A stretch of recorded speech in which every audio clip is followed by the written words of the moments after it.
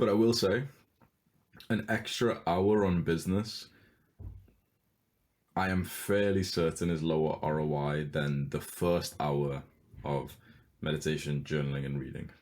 I go through the same patterns as well, where sometimes I'll go deep into the business work and everything, and I just want to spend as much time as possible. I don't want to waste any time. I wake up and get out of bed and roll onto the computer chair and just start working. Stinky like morning breath and everything. I haven't even had a piss yet, just like zoned in. And I actually enjoy those times more. Like, I feel so productive. I feel good about myself. But the 80-20 rule it is a law, and it is 100% truth. And just in the last 2 days, recapping the 4-hour work week, I've realized that the first hour of your day, actually, it is beneficial to have that cornerstone of the self-improvement habits. Because let me just tell you from my experience, and this is something I knew even before I became like successful in any way, but I had to just be hit with this realization again. So imagine you've been reaching all of your goals. You lead a movement, men look up to you. You make more money than you could possibly know what to deal with. You've got an awesome girlfriend, you've got love, your family life's getting better and better. And really the success of your business is doing amazing, right? So it sounds like everyone's dream life, right? Pretty much everything still feels checked, right?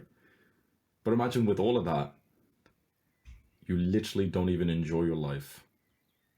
Because one, you're working so much, and two, you're not very mindful, you're not very present, you're not very grateful.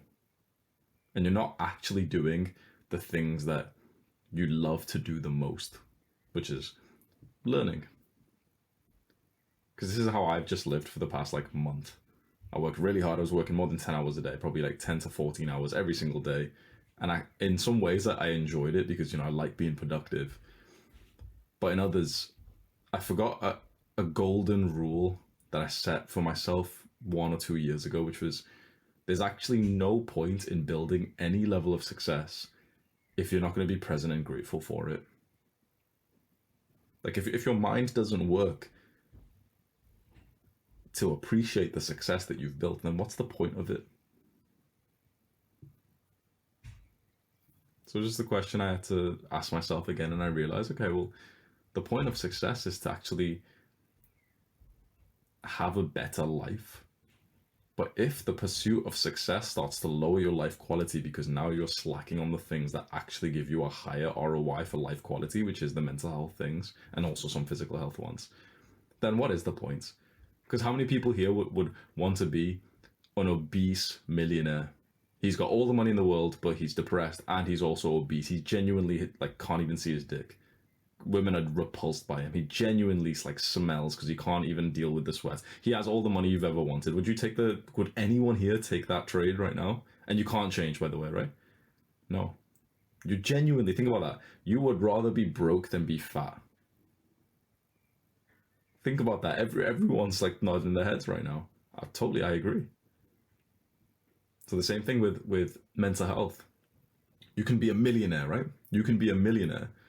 But if you're genuinely depressed and you're having panic attacks, would you take that trade? You might think, well, I could like help my family or something, but I think the money you could give to your family would probably be like, it wouldn't equal out the fact that your family are worrying about you now. So those are extreme examples, but these are kind of questions I ask myself, and in the end, I always come back down to like thinking mental health is the priority. I totally understand how you feel because I've had 3-4 times where I slack on these things as well. I always end up going back because it's only right, there's a transition period, right? It's like, let's say you've made all the gains in the gym and now you're like, oh, well, I'm big enough so I don't need to train. The issue with that is like the muscle starts going away. And you think to yourself, oh well, I'll just do enough to maintain it, but then you kind of like start slacking because it's not important in your life, and suddenly you start losing it. And it's really the same with all of these habits. What do you think?